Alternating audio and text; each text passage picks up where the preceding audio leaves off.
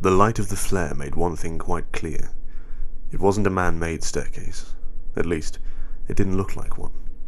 It appeared to be hewn out of the descending rock, meaning that the original cliff would have extended further into the cave.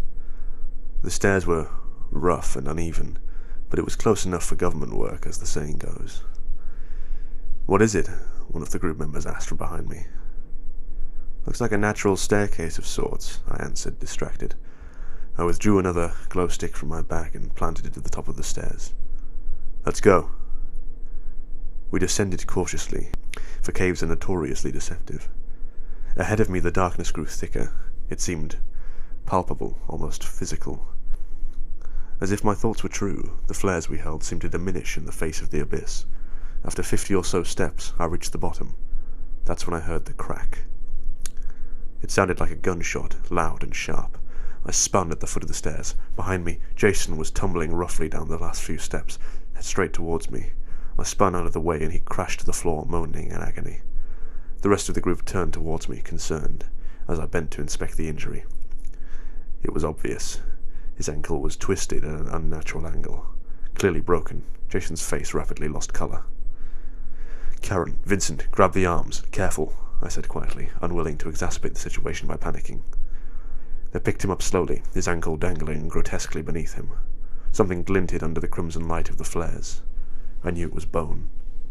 I reached into my pack, taking out 2 small batons and a white bandage. "This is going to hurt," I warned. The caution was wasted on Jason. He was half unconscious. I grabbed his ankle and twisted. His ankle cracked again.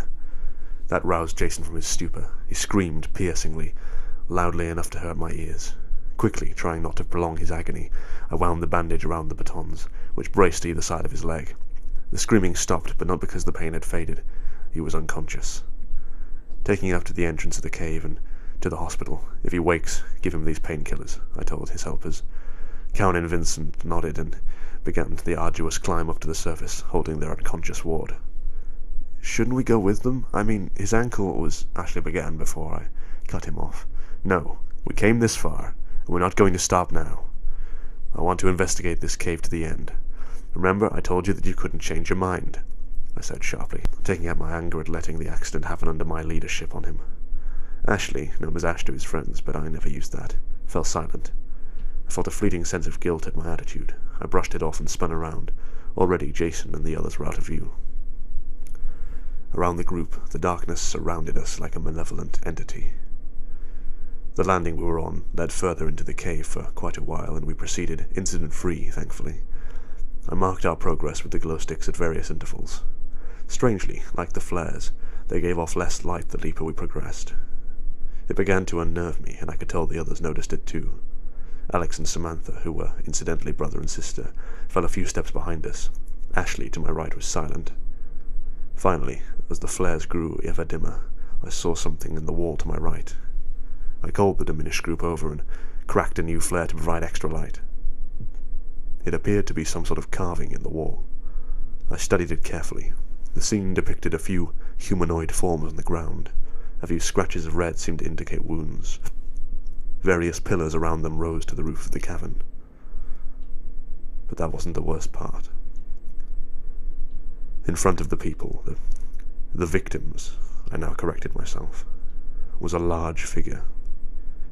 It may have had detail in the past, but only the outline remained. The body was scratched out.